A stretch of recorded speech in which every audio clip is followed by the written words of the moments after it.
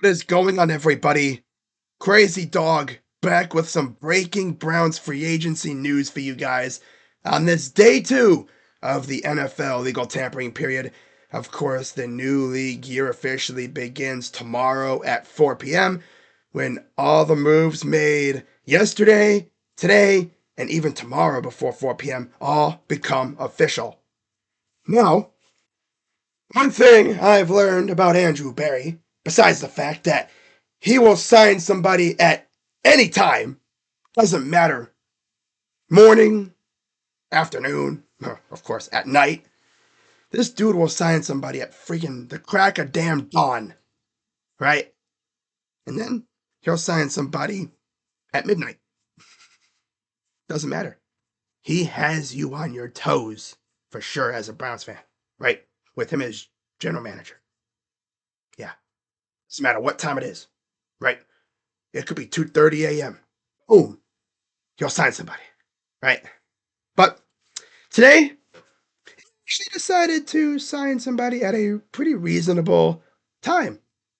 Yeah, during the day. Love to see that. Now, what I also love to see is when he signs a really good player for not so much money, right? He doesn't overpay for players. He sets a price, and if you don't want to, play for that price, he'll simply say, all right, thanks for your time, and he'll move on to the next player. So, getting into today's signing, Jordan Schultz broke the news on Twitter, and I quote, sources, the Browns are signing linebacker Joe Tryon-Shoyinka to a 1-year, $4.75 million deal. The former first-round pick recorded 15 sacks in 4 seasons with the Bucs. Now you look at his background info. Of course, he's only 25. He'll be turning 26 in April. So again, he fits the Andrew Berry age parameter. Going into his second contract. Yeah, like this. I like this move a lot. And it's only for a year. He'll do this every year. He'll sign guys like this for like 1 or 2 years.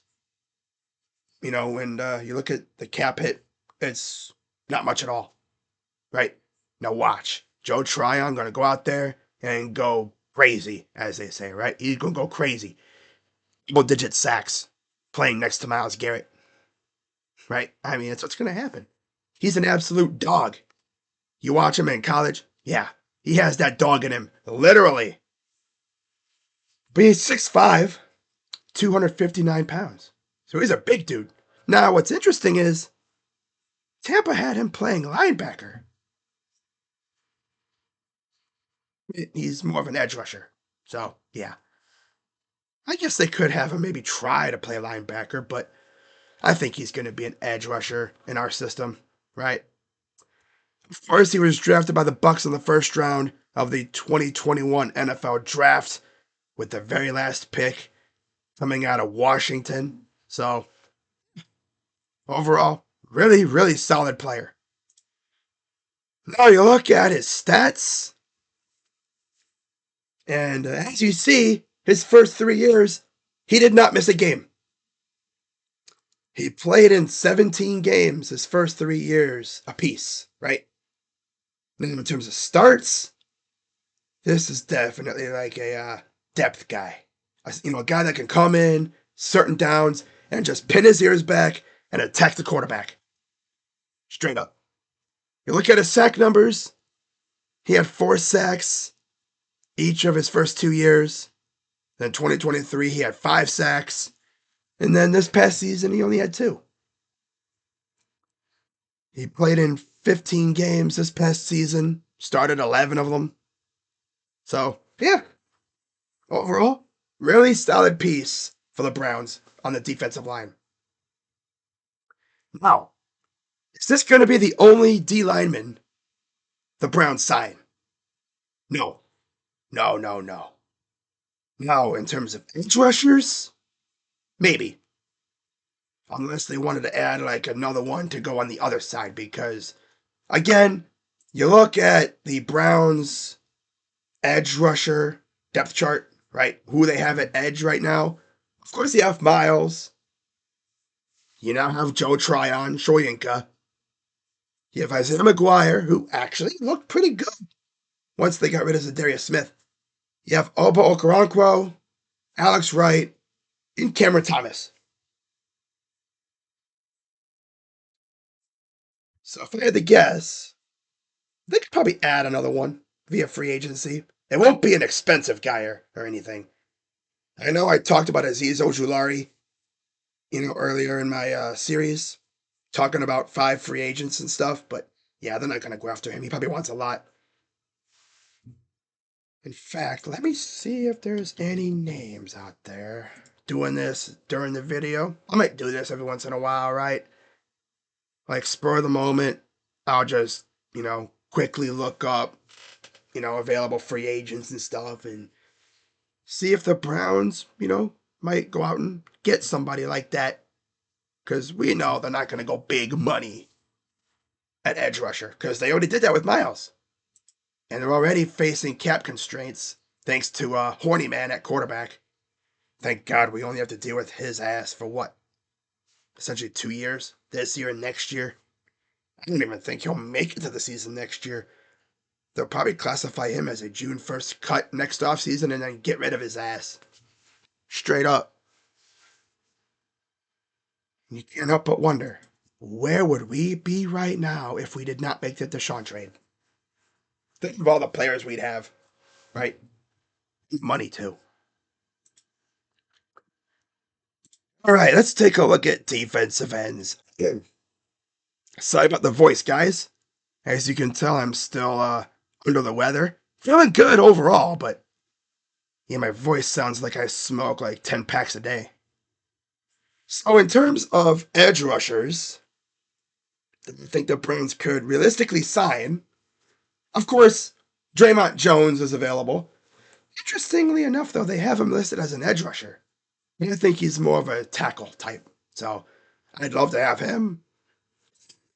Damn. D-Law? No. Larry? Ogunjobi? No. Charles Omenihu?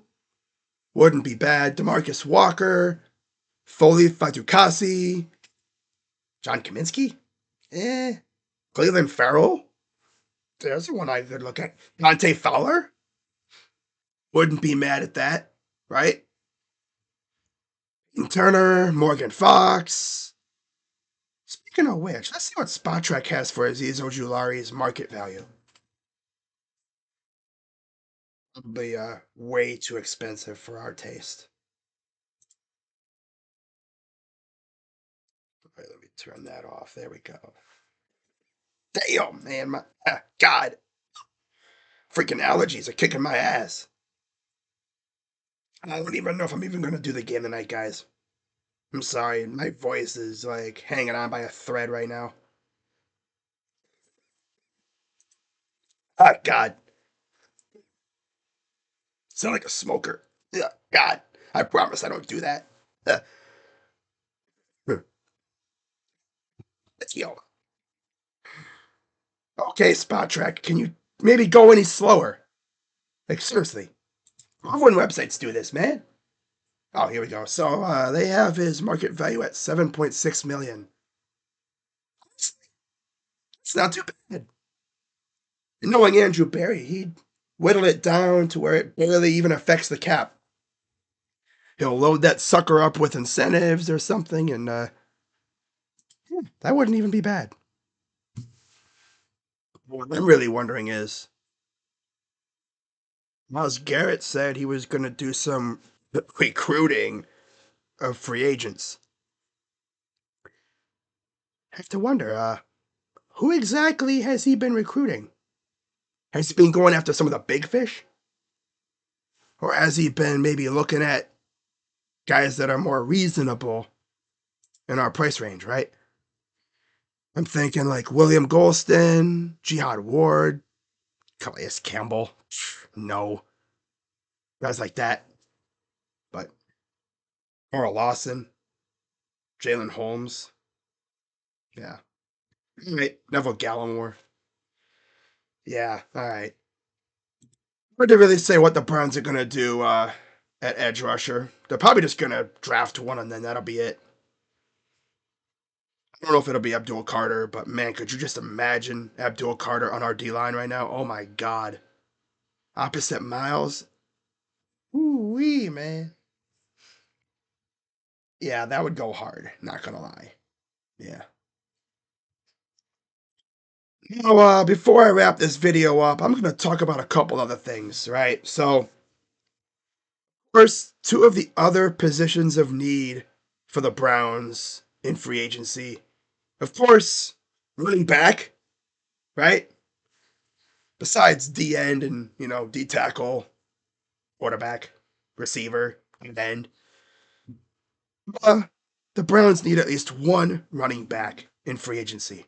Maybe two. Because are you going to bring back Nick Chubb? If not, you need two. At least two in free agency. Or one in free agency and maybe like one or two in the draft. Because again, our freaking running back room right now is horrid. It's only Jerome Ford and Pierre Strong. Not good. Not good at all. Now, one potential option at running back that the Browns could potentially look at. I know I talked about J.K. Dobbins in my video series, but Miles Sanders. As earlier today, the Panthers released Miles Sanders, as you see, Adam Schefter tweeted it out, and I quote, Panthers released running back Miles Sanders. Now, right away, I can already see the people in the comments saying, why the heck would the Browns sign Miles Sanders? He sucks. Well, Deuce Staley was his running backs coach for 1 year in Philadelphia. Imagine, I don't think he'd be expensive at all. He'd be a good complimentary back to whoever else we get, right? And he'd have that chip on his shoulder to try to rebuild his value. Not saying we have to spend a crazy amount of money on him. Like I said, he'd probably come in extremely cheap. Wouldn't hurt, right? Now, another guy I'd like to see the Browns maybe look at with Kevin Stefanski retaking the reins of the offense. Don't be surprised if they go out and get a fullback. And there's only one guy that I would love to have them bring in at fullback. I'll freaking use check. Oh yeah. The juice is loose, baby. Ooh. As Adam Schefter tweeted this out yesterday, I meant to talk about this in my video last night, but nah. Decided to do it today or whenever. So, Adam Schefter tweeted out, and I quote, source, 49ers informed 9-time Pro Bowl fullback Kyle Juszczyk tonight that he is being released. He is set to hit free agency and wants to continue playing. Funny would that be? How cool would that be if he finished his career essentially near his hometown? He's from right down the road. Actually, he's kind of from my neck of the woods where I grew up. So that'd be cool, right? So, just a thought. So, last night, of course, I did the Dalvin Tomlinson video, and I talked about the Browns' needs. And it still makes me laugh that literally as that video was uploading, we signed Cornelius Lucas.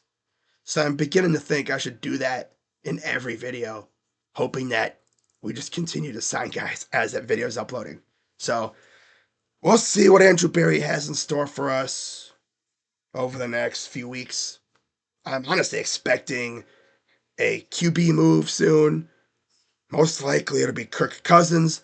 But I swear to God, if they go out and get Russell freaking Wilson and I have to deal with Mr. Unlimited as my quarterback, I'm going to be low-key pissed.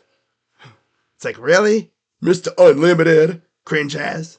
Nah. I'd rather have Carson Wentz over freaking Mr. Unlimited. Damn.